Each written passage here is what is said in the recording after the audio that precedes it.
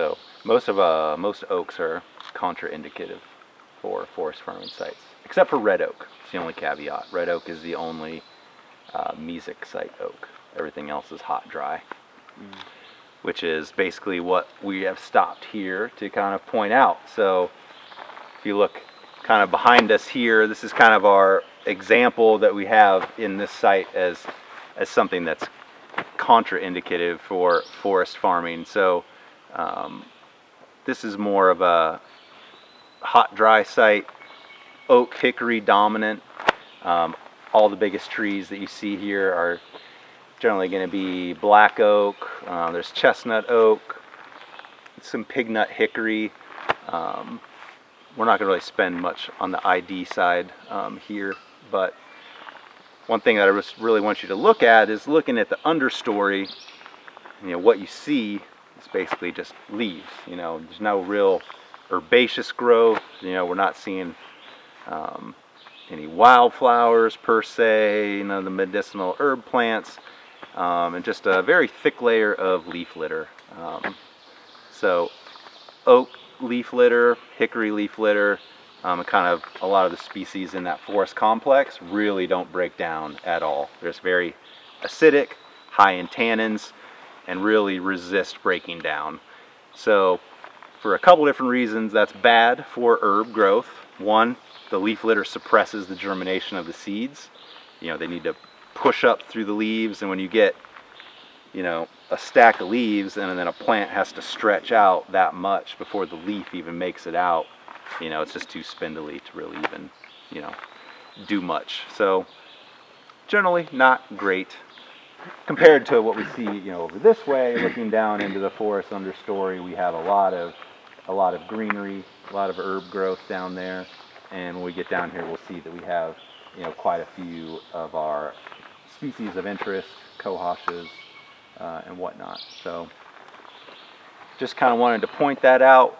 Really where site selection and evaluation starts with is your aspect, your topographic aspect. Which direction is your hillside facing? So we're gonna mosey on down the road just right around the bend here, and then we'll pick up from there. All right.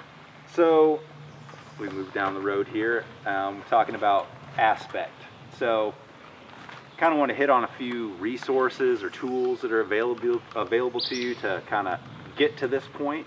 Let's kind of just pretend that maybe you have not walked all of your forest land, you're not really familiar with all the lay of the land and what all the features are, or maybe you are just acquiring property or haven't acquired property yet or looking to do so in the future. How are you going to evaluate the potential, or how do you start evaluating the potential for forest farming? And it all starts with the topography and the aspect. So here in West Virginia, you guys are pretty lucky. Most of your county auditors are pretty good about having interactive GIS tax maps that you could do different base maps on, the topo maps. So that's a real easy way to kind of get a first snapshot. There's also a program called the West Virginia Property Viewer. You could pull up any property in the state. You just basically zoom into your area, find your property. These are just screenshots, and you could do topo maps with the leaves off is generally the best, or you can do hillshade maps. If you're not super comfortable with reading topos, the hillshade kind of helps really delineate where your slopes are and what direction they're facing. So I'll just pass these around. People just look at them. They're just a really quick reference. Nothing super intense there. But these digital platforms of basically being able to get an aerial view of your property, if you can get topo lines on it, show you where your valleys and your aspects are and like how everything lays, that's the first step. Google Earth Pro is generally better. You can kind of toggle between 2D and 3D. It doesn't have topo lines, but it'll basically allow you to see the topography by toggling that view, and you could really hone in on where your proper aspects are. So right now we're on a nice northeast facing aspect. Generally this valley here faces to the northeast. So basically anywhere on our compass dial, you know, between like 12 o'clock and 3 o'clock is where we want to be. You know, north, northeast, and east facing. These are going to be the shadier side. It's the shadier side of the hill that gets the least direct sun. You'll get early morning sun and late afternoon sun, so you get that long kind of wavelength sun rather than the hot, high, you know, just beating straight down midday sun. That's reserved for our south and west facing sites where we find all our oak hickory. So we don't want any of that in our good growing sites. I guess the one caveat on directional orientation would be northwest. So northwest sites can tend to go either way. Sometimes they lean a little bit more to the north and they're cooler, moister. Sometimes they lean a little bit more to the west characteristics. They're a little drier. You know, the vegetative community might have a little bit more of an oak component in it or something like that. So if you do have a northwest aspect, that takes a little bit more of a close look, you know, because it could go either way, you know, favorable or less favorable. So we got our northeast facing aspect here. Coolness. It's going to provide moisture in the soil. You're going to have good, what we call a mesic site, so moderate moisture. It's moist, but not wet. You know, that's really that nice middle ground. Mesic basically means medium, nice balance. So, you know, balance is kind of the name of the game when it comes to moisture. One last thing to touch on with topography related to moisture before we get too far down the line here is slope. Slope is not a requirement. You don't have to have a sloped site per se. Obviously these sites are pretty well sloped. This is ideal. This is a nice, real gentle slope kind of down here. I'm not great at estimating slope percentages. You know, I'd say it's maybe 5 to 8%, maybe. I don't know. Yeah, around 8%. I would say 5 to 8. 5 to 8. All right, we got a confirmation. I mean, like not confirm, but when I looked at for the land, I like that. I give 5 to 8. We'll go with 5 to 8 then. That's perfect. So, you know, that's really good. You know, you're going to get good drainage. You're not going to have any waterlogged soil. You know, most of these plants really hate waterlogged soil. It leads to fungal pathogens. Most of these fungi are spread by water. So once you start getting root rot or something like that, it's going to spread through a really wet site pretty quickly. So drainage and that good dissipation of the moisture is really important. So on your slope, you know, speaking of soils and slope, if you're not good at estimating slope percentages or what, you know, you're kind of looking at, you can get a soil survey report online for free. It's called the Web Soil Survey through the National Resource Conservation Service. You basically just have a map of the U.S., zoom into your property, create a polygon, you know, just by clicking, and it'll produce a soil report, and it'll map all the soil formations on your property. That's a really good tool to key in on where are like my best, richest soils. You can read all the descriptions, you know, what has good organic matter, you know, what's silt, loam, you know, stuff that's loamy, not high clay, you know, good drainage. All these things are going to be provided in your soil report. So if you're not great at just, you know, guesstimating, you know, kind of what's going on by just a visual assessment or assessing what the slope is, these soil reports will tell you what the slopes generally are for that type of soil formation. So I'll just make something up, like a Upshur silt loam, you know, will be on, you know, sites with 5 to 15% slope.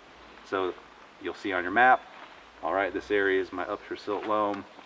My slopes are probably in this range, you know, and probably pretty workable. Basically, what you want to avoid is like 25% or more. Really steep sites like we have across the way. They could be planted, you know, by individual seed planting or individual rootlet planting, but think about what it's going to be like for you to work on that, you know, slope, and thinking about harvest time, you know, what's going to be like to dig. So So that's all a big part of really kind of eliminating sites and keying in on your best areas. Think about what it's going to be like in the future for you to work on that site. How is it going to function as far as your production goals? So everybody's goals are different. That site over there, that could be perfectly fine for somebody who just wanted to reintroduce some stuff or do some like restoration. You could poke in some ginseng seeds, they'd grow there, that's fine. But if you're trying to grow a crop of ginseng and you need to put down 2 pounds of seed, with a rake and scatter method, all those seeds are going to wash downhill. It's just not going to work out for you. So just read the landscape, think about what your goals are, use the tools available, and hopefully you'll come up with a pretty decent site to start and invest your time and efforts. Any questions thus far about any of that? Topography, slope, soil reports? What was the tool you said with the soil report? It's called the Web Soil Survey. And does it get pretty zoomed in, or do you need like 100 acres to get? No, you can get zoomed in. Yeah. Yeah. Okay. Soil formations change. They're really erratic. They can change on a pretty small area, so it's mapped down to a pretty good resolution. Cool. Lastly, the last thing I just to point out here, this is a tool that was developed by Virginia Tech. Don't like the name. It's called Plant Shoe. Doesn't make a lot of sense. Based off the gumshoe, you're a botanical detective. We're gonna detect your forest farming sites. Terrible. The tool works better than the name, but what you get is basically this forest farming site evaluation report. This operates very much in the same way as the Web Soil Survey. You just zoom into your area, create a polygon, and it'll produce this report for you. And it produces a report for black cohosh, goldenseal, bloodroot, and ramps. They intentionally left ginseng off.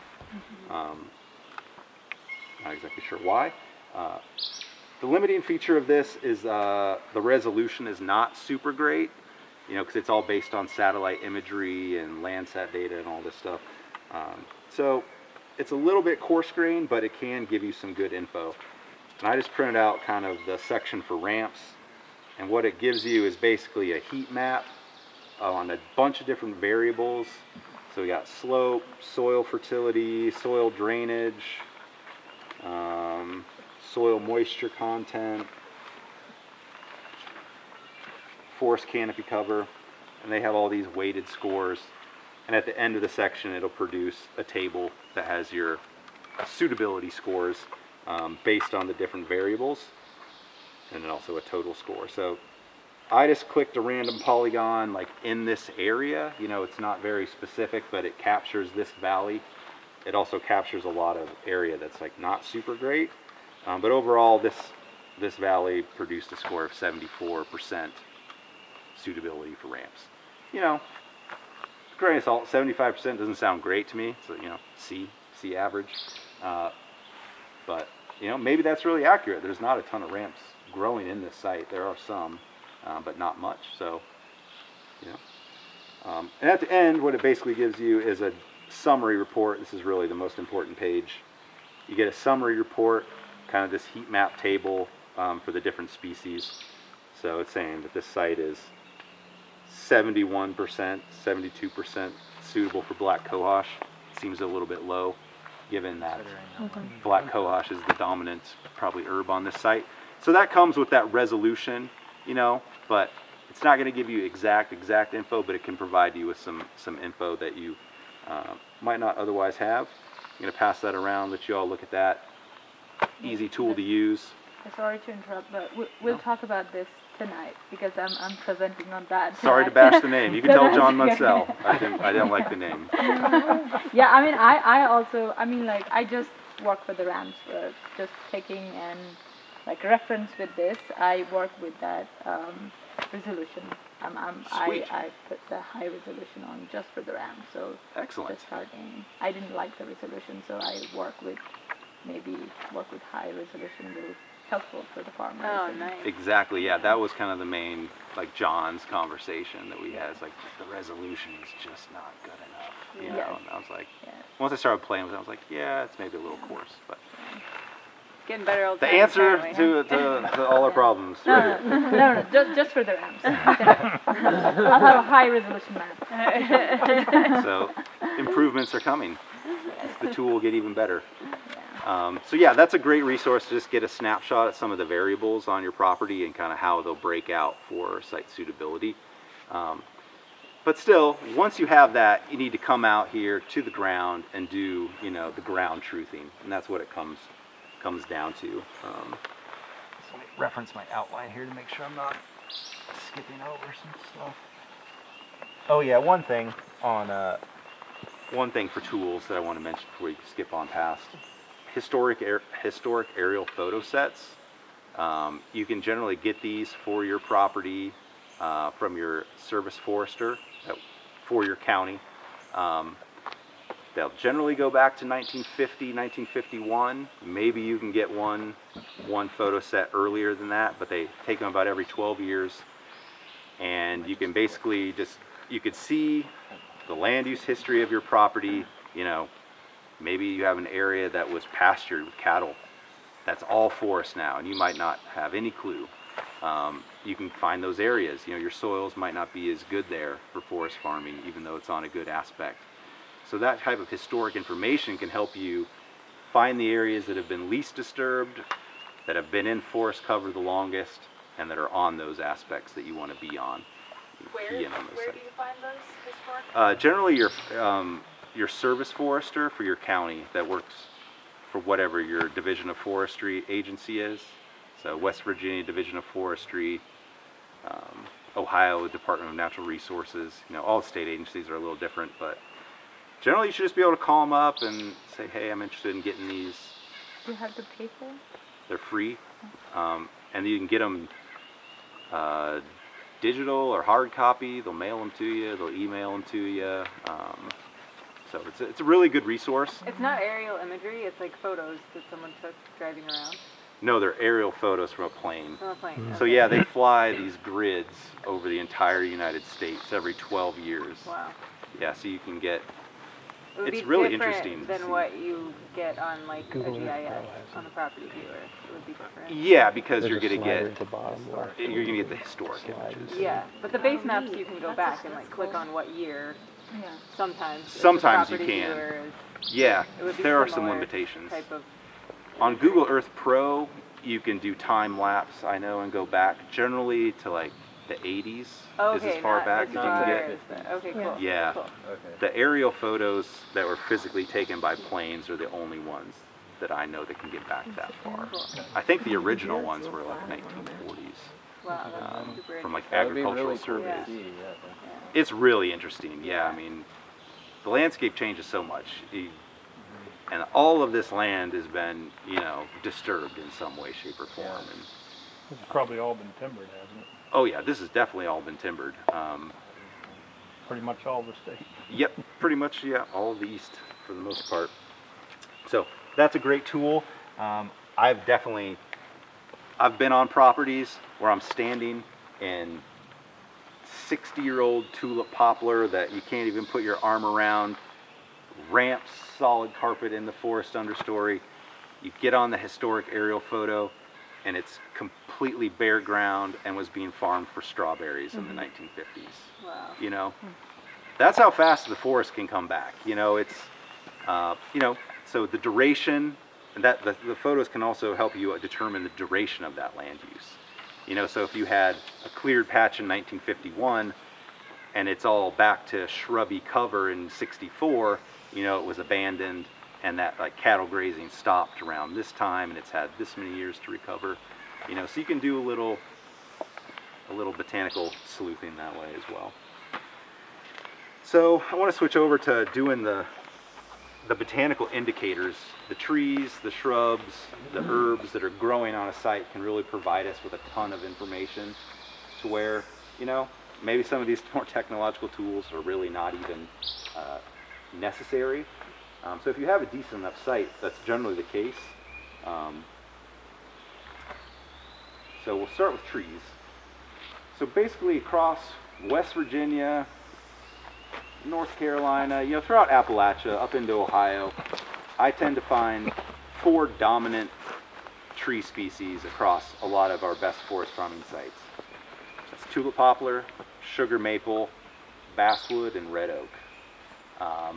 Now the the percentage of each and the dominance and the co-dominance is going to change kind of based on where you're at. But kind of here in West Virginia, I would definitely say poplar, basswood, sugar maple are the top three. This is a very tulip poplar dominant site. This right here is a very good example of a tulip poplar. Just FYI, it's not actually a poplar, it's a magnolia forest. So we had a couple foresters in the first group. They were glad that I pointed that out. 'Cause that's a big pet peeve of a lot of people. I still refer to it as tulip poplar. They're very good branch pruners. They self-prune very, very well. So you get these nice straight trunks, free from branches. You can kind of just see all in here, whoop, they all just shoot right up. The leaf, I don't have one down low to show us specifically, but you can kind of see some of the lower leaves on these younger ones. Some people say it looks like a cat's face. I don't know, a little bit maybe. But it's a very distinct leaf shape. There's really nothing else to confuse it with, per se. Probably the closest thing would be a maple or a sweet gum. It's very, very different. This produces a nice big flower as well, a big magnolia flower. You'll start to see those littering the forest floor here in a couple weeks. So, sometimes looking down on the ground is a way to identify, what you're looking at if you can't see up. This tree that we got back here, we don't have any basswoods super close to us, but what I want to point out, this big cluster back here where there's like 3 trunks all growing out of the same spot, that is a very common thing to see with basswood. They almost always have multiple trunks originating from the base, and they kind of flare out and create this vase-shaped structure. Not exactly sure why, but that is a very, very common thing to see with basswood. You can see the silhouette on some of the leaf up there, some lower hanging ones. Basswood has a heart-shaped leaf, more circular heart-shaped. Really nothing else, has that leaf in the forest, especially a tree that reaches the forest canopy. That is certainly one of my favorites. It's a good indicator of calcium-rich soils. There's a strong relationship between calcium and these herbs. These are all very calcium-loving species. It's a really important nutrient for their health and well-being and just being able to thrive. It's good for disease control, and there's definitely a correlation between calcium and these plants and their success. Sugar maple, which is our third species, small little one right here. And I'll show you the comparison between our other more common maple, the red maple. Right here.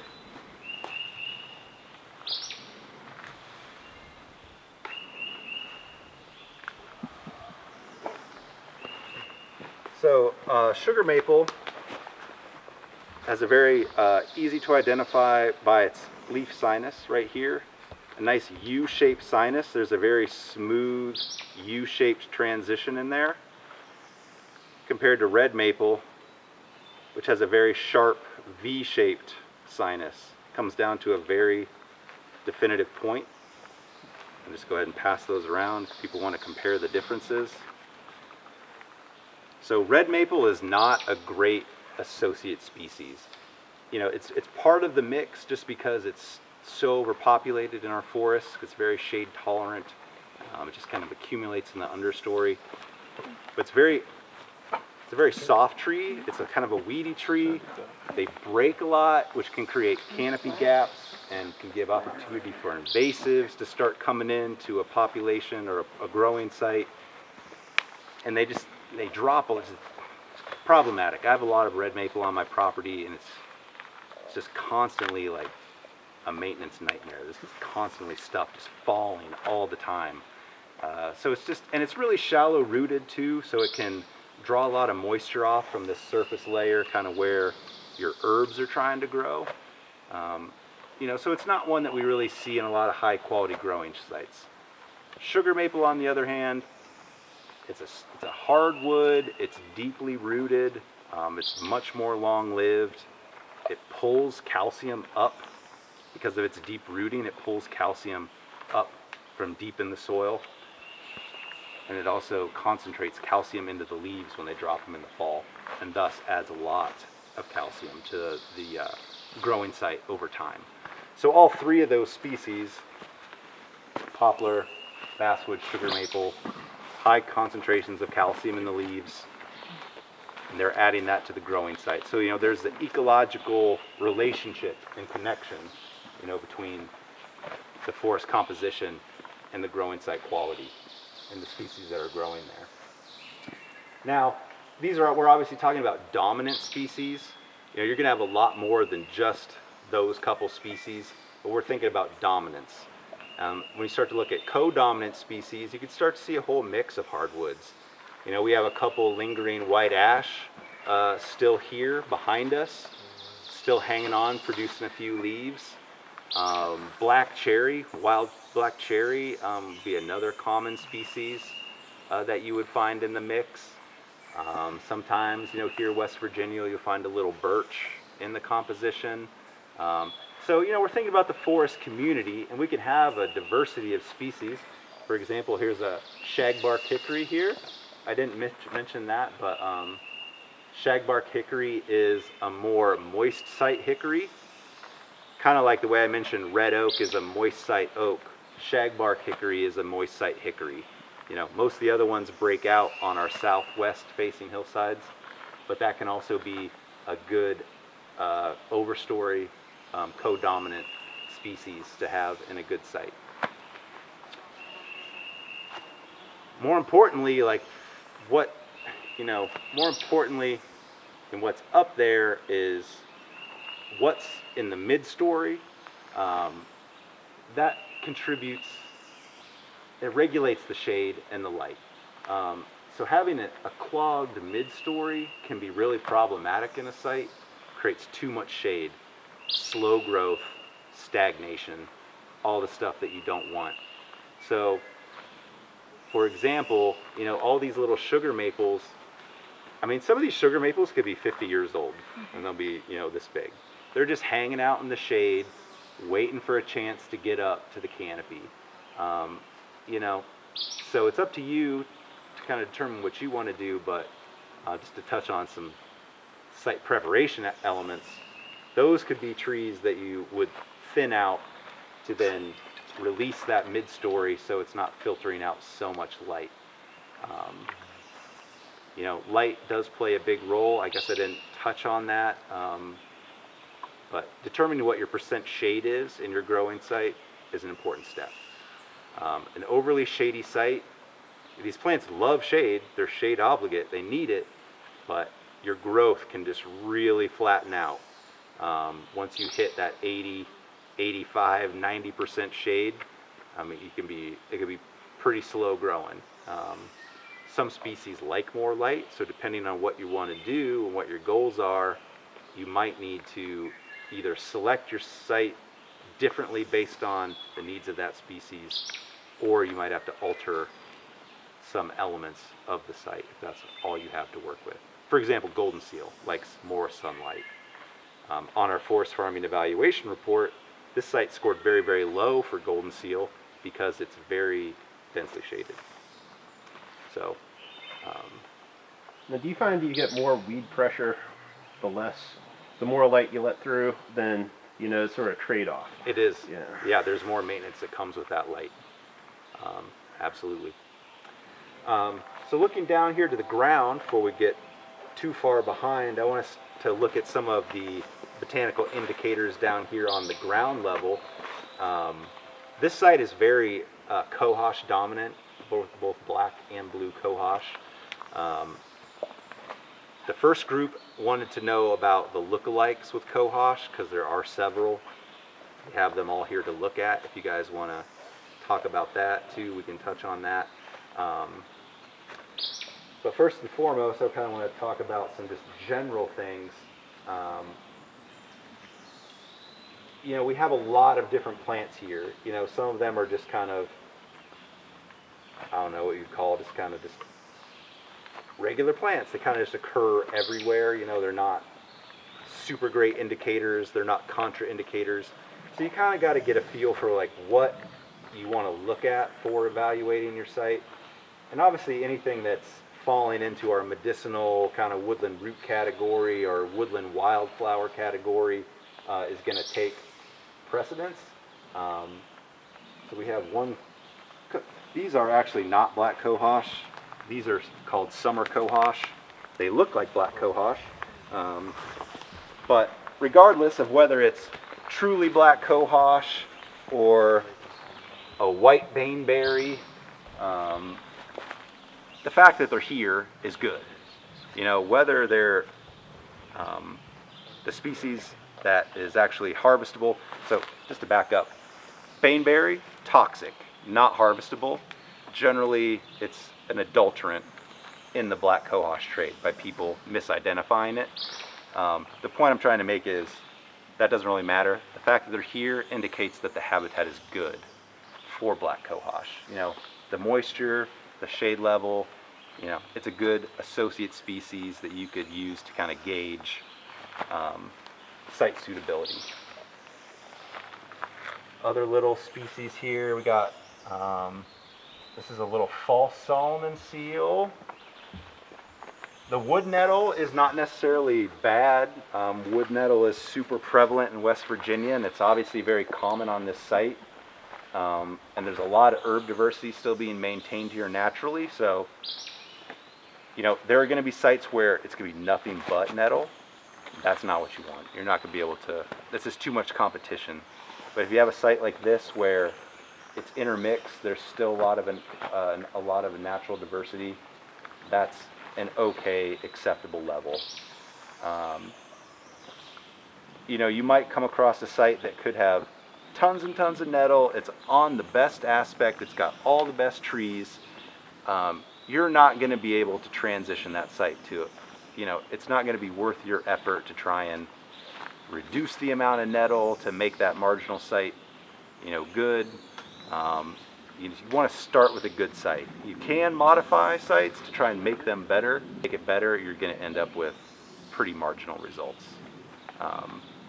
Or if you start with a low quality site and try and make it like suitable or marginal, this is not going to be good. So starting with good, your best site that you could find is really what you need to do, where you need to be. A couple other plants that are in here, a couple fern species that are super good indicators that are easily overlooked because they're not super showy. This one right here, it's called rattlesnake fern. People see that?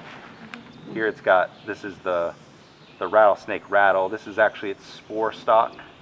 Most ferns have spores on the underside of the leaves. This one produces it on a stalk. The old timers call this ginseng pointer, sang pointer. It's a really good habitat indicator of you know, ideal pH, good moisture, good shade. You'll find it in a lot of sites where, for example, on my property, I have some sites where I grow ginseng. There's no black cohosh, there's no solomonsseal, there's no wild ginger, there's no bloodroot.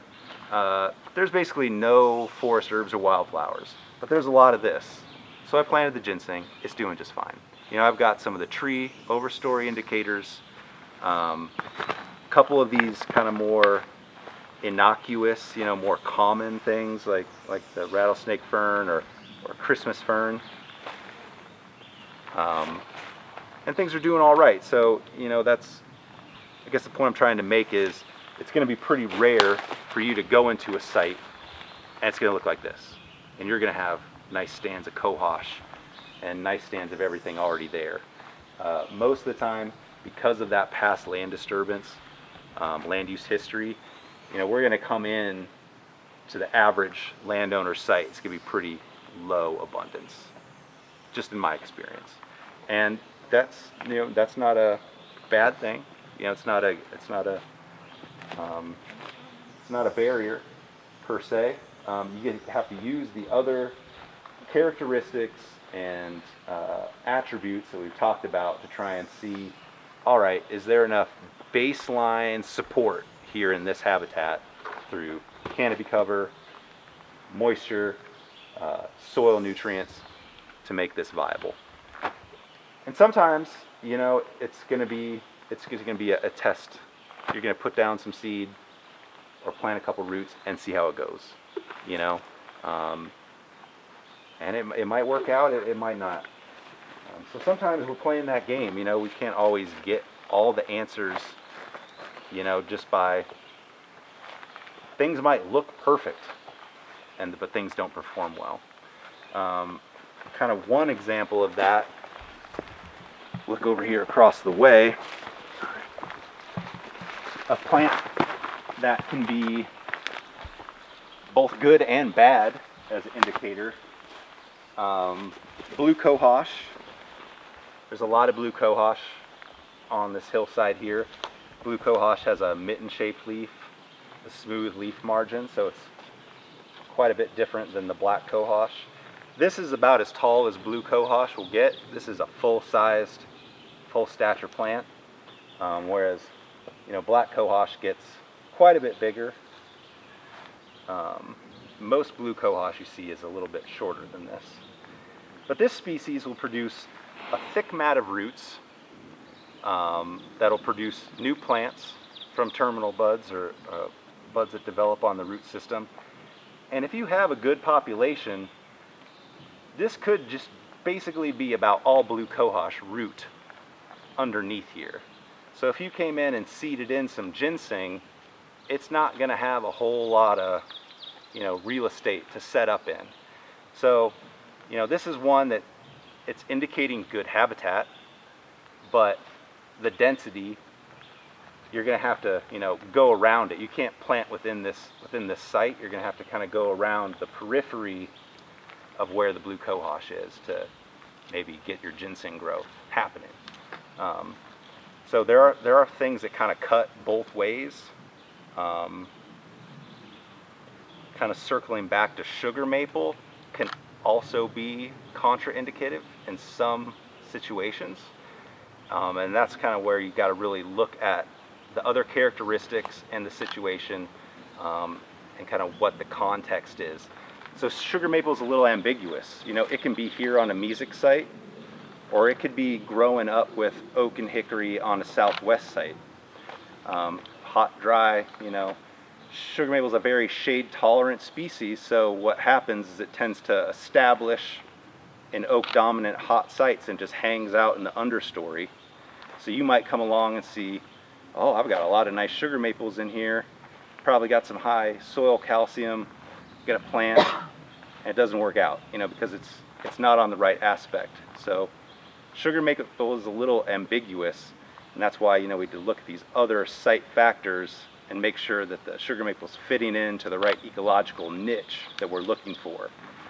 You know, tulip poplar doesn't do that. Tulip poplar grows in north, east, shady valleys. If it gets out on a sunny site and it gets canker sores on it and it basically dies, you know, it just doesn't, it's not ambiguous like that. It's very habitat specific. So kind of learning about the forest ecology and some of the nuances of these species and how they interact in the forest ecosystem is something that comes with time and experience, but it's a very handy guide. You know, once you kind of get to that point on reading the landscape, is understanding, you know, how these species kind of fit into our forest ecosystem and their.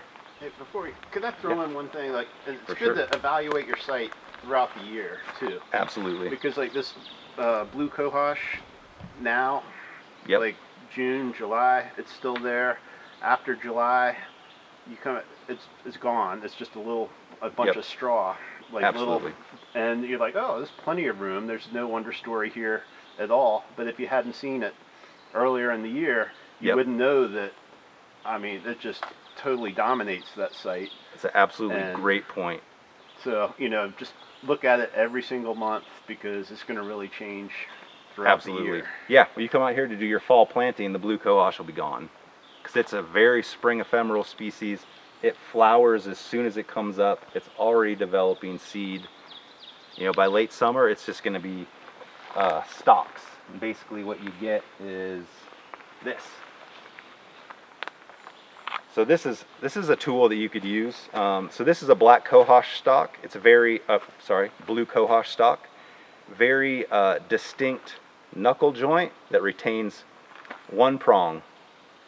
So this is an old blue cohosh stalk, and you can find these, you know, in the off season. So that can kind of tell you where maybe the density of cohosh is to avoid, or you know what might be there when the vegetation is down. But that's a great point, evaluating throughout the year, because even if you don't have blue cohosh or something that's going to be potentially prohibitive to what you're planting, the site just in general changes a lot throughout the year. Just the shade level. You know, you can come in here in the early spring or the late fall and you might think that you got, you know, perfect 75% shade. But when you come in here in June and all these little mid-story hanger outers start to fill out, and then you're almost 100% shade, you know. So that seasonal evaluation ahead of time is very good to do. Any questions? I don't want to ramble on too much. As far as like sites that have been disturbed, any resources on remediation or any sort of? So if you have, so it depends on the type of disturbance and that you're talking about. So, Sure. So maybe if it's just simple nutrient depletion from maybe I had some old farming activity here. Yeah. They didn't Like take care of the soil. Yeah, grazing. Yeah, so there's some, you know, natural supplementation you could do for the soil. You know, pelletized gypsum is one way to break down clay soils, make them, you know, build that porosity a little bit, and it adds calcium without buffering the pH. So that's calcium sulfate, I believe. It's been so long. So yeah, pelletized gypsum is something that you could do to like maybe remediate nutrition. Depending on what you're growing, I mean, you could even bring in, I was talking with Ed Daniels this morning, and he said that they've got, you know, a grant to bring in they brought in a bunch of loads of bark mulch, and they put them down over their whole forest bed area during the dormant season, and then fenced it all off. And you know, that nutrient, just the, you know, so that's a very light, you know, nutrient addition. It's just wood residue, you know, basically something you'd find in the forest. It's not like cow manure, you know, high nitrogen. I guess the caveat here is light touch, you know, with additions like that. Generally the rule of thumb is the more you start trying to tweak these things and push them or modify them, the more problems you're going to have. A lot of these woodland plants don't like a lot of nutrient additions. You know, they kind of like this, you know, these soils aren't you know, super rich, you know, they're fairly acidic, you know, and they've got some organic matter, but they're not composted garden soil, you know. You're not tilling them by hand, you know, per se. So, you know, some nutrient additions, you know, building raised beds, some experience that I've had that has worked out well. You have to bring in soil, either, you know, a good topsoil, or we have grown in a low nitrogen compost mix. That's a lot of like leaf material, wood chips, and a couple of other things. It's very lower nitrogen. We've been able to grow goldenseal and cohosh and a lot of species in that medium very well. So we build like big wood timber frame beds, fill them up, put artificial shade cloth on them. If you have like a natural forest site, obviously you don't need the artificial shade cloth. We have all different kinds of things going at United Plant Savers from artificial shade to under natural shade, but agroforestry beds kind of like out in the field, stuff in the woods. Any other specific mitigation questions, like things that I can kind of touch on there? Did that hit Yeah. the mark at all? Yes. I'm a little curious about, you just mentioned those agroforestry rows. So if you're planting, I guess in your experience or with UPS, how long do you have to be growing trees in like an open field setting, for example, before you have kind of enough of that dappled shade? Like you had rows 20 foot apart or 25 foot apart. So when can you start introducing, and what do you introduce first? So it's going to be, you're going to want to get your shade crop going first, the shade provider first. And it's going to vary based on the species that you're planting. So a couple examples that I can point to. Herb Farm in Oregon, they planted hybrid poplar as basically shade rows, and they're growing black cohosh between them. Like tilled beds. Yeah, I think that's tilled raised like farm. So they're using the trees as the natural shade, so they don't have to have a shade structure. The caveat is cohosh likes extra sunlight, so that's a good choice. We're doing goldenseal. The trees they're planted under are swamp white oaks, which is not a tree that you would normally plant generally any of these things under. But they were planted 20 years ago. And they were pretty dang small until probably 5 years ago when they were thinned. And then that enabled us to create a bed. We basically eliminated a row and then created a big, like 6-7 foot wide bed there. It's doing really, really good. And it gets a lot of early sunlight.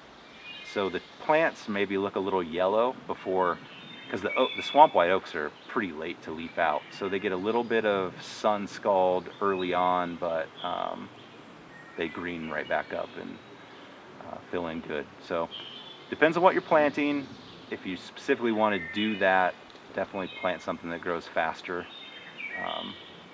But I think the potential is enormous for what you could use. I mean, it could be other agroforestry crops like chestnut or anything like that could really work well.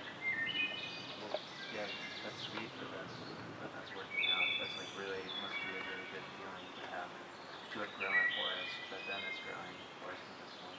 Yeah, I mean, and they just planted the trees. They were supposed to be slippery elm. Well, actually, they were supposed to be slippery elms, and then they sent the wrong stuff, and they planted them, and what?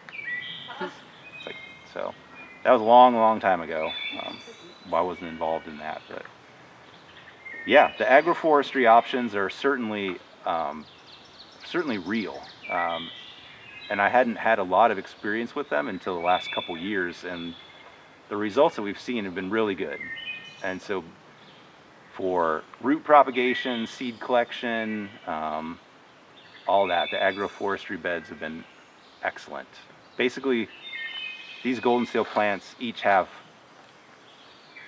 3 to 5 tops per root, all producing seed. So the growth is exponential when you get a little bit of extra sunlight and a little bit of extra nutrient. Yeah. Any other questions? What did I forget? What about all these 10 wild pounds. grapevines? A lot of them in this place. Wild grapevines, so this one is up in this ash tree. The ash trees are already in decline from the borer. So I personally would not mess with that grapevine there. And this one is in this really low quality birch. The trade-off now is previously they say cut all the grapevines, it's going to tear your trees down. Never really been a big prescriber of that philosophy, but now they know that the cerulean warbler, which is on the decline, migratory warbler that comes up from South America, uses the grapevine bark to make its nest. So now it's basically, if it's in anything low quality, like anything other than like a really nice canopy tree that it's gonna, like this big poplar back here that's got a bunch of vine in it, that's occupying canopy position. It's got big vine in it. That's a vine that I would probably cut because, you know, especially in a forest farming site, you don't want to lose big canopy trees. You know, this birch is basically, it's not occupying canopy position. It's in mid-story position. You know, birch is not necessarily, depends on what your management goals are. You know, it's not like a great firewood tree per se, or it's not a great wildlife tree. You know, so maybe you let the vine take that one. You know, so it all comes down to your management goals and how you want to manage your site. So there's always caveats for everything, you know. So I go very selective on my grapevine. I keep them in the edge trees, and any stuff that's low, I let them grow over all that stuff. But anything that's up in the canopy, I generally try and preserve that.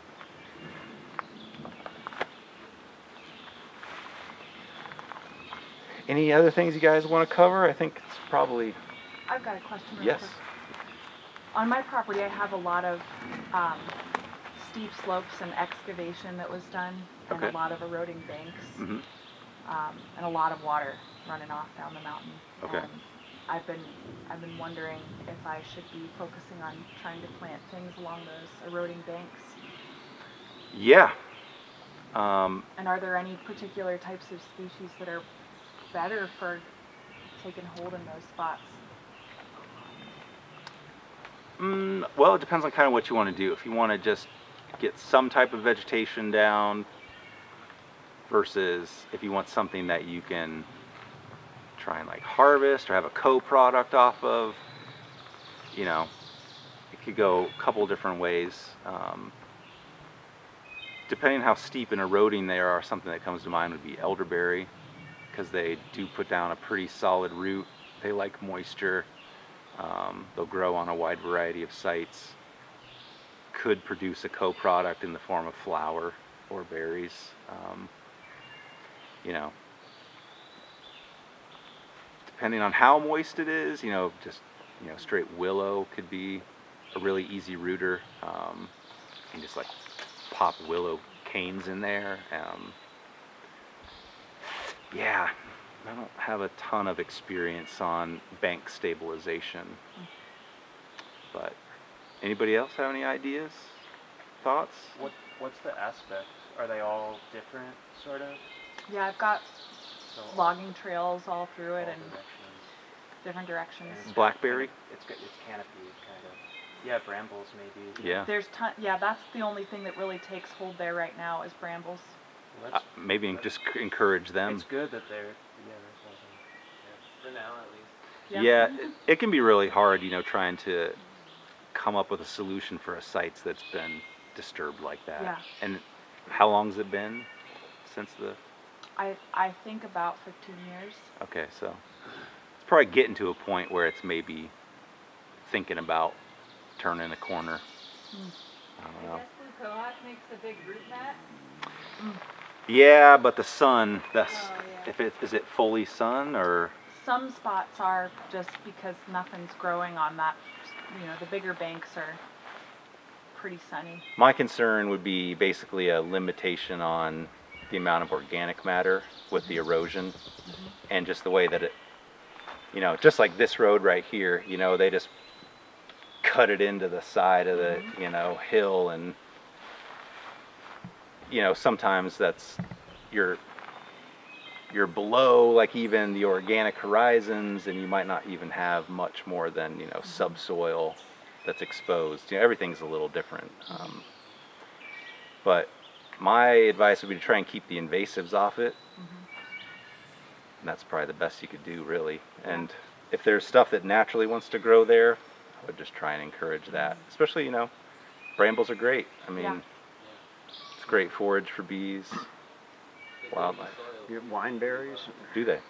You know, when the canes die, they start to make. raspberries, blackberries. Yeah. Cool. Thank you. Yeah, best of luck with that. Thanks. Yes. Has there been any work done on the impact of invasive worms on these types of Oh operations? yeah. I don't know there's been much work done, but it's certainly an issue. So like the Asian jumping worms, it can be a real problem. It could certainly reduce the quality of your site. I had not experienced this until recently. My friend and colleague recently passed away, Bob Bifus. He dealt with this in New York, and specifically the last presentation that I was with him that he presented, he brought up this Asian jumping worm thing, and they'll eat all the leaf litter. It'll change the quality of the site. He's ginseng specialist, and ginseng is seeded below the leaf litter, and if your leaf litter is all disappearing from invasive worms, that's not going to really be a good situation.